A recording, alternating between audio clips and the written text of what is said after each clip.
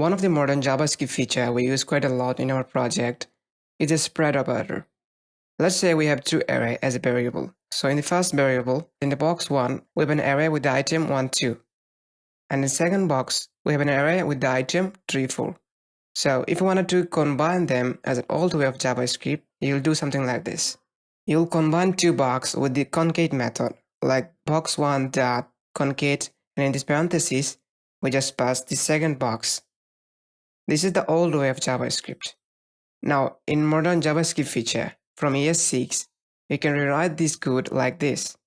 Const combine box, we create a new array and then spread this first array, and that spread means we take all the item in the first box and then put it into new array.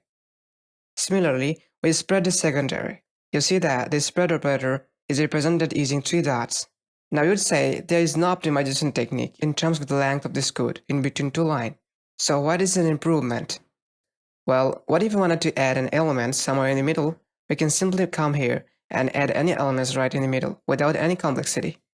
But with the concate method, if you wanted to get the same result, you'll end up a lot of code and extra complexity. Also, we can add more items in this array, so we can visually see what the end results will look like. Let me show you. Let's comment out this concate method and constant log combine box and run the JavaScript file. See, we get the item of first and second box in a new array, as well as extra item that we added in this combined array. So basically, when I add a spread operator in an array, we just get each individual item in that array. The good news is, with the spread operator, we can easily clone an array. Let's see that. I'm going to delete this line. Let's say we want to clone the first box. So we write const as a variable clone box1, and in this variable, we take a new array and simply spread the first box, like this. Now let's see the results.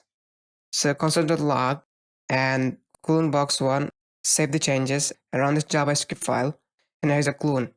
Another good news is, we can also spread the object just like array. So now I'm gonna rewrite this code using an object instead of array.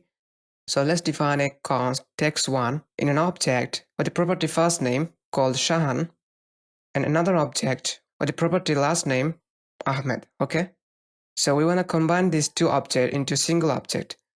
We declare another const variable called combined, and we set into a new object. Now in this new object, we want to get all the property in the first variable. Then we also spread our second variable like this. And we can optionally add another properties. Let's say we have property called job, software development. So if you log this combined object, we'll get this final object with these three properties. Similarly, we can apply spread operator to clone an object like this.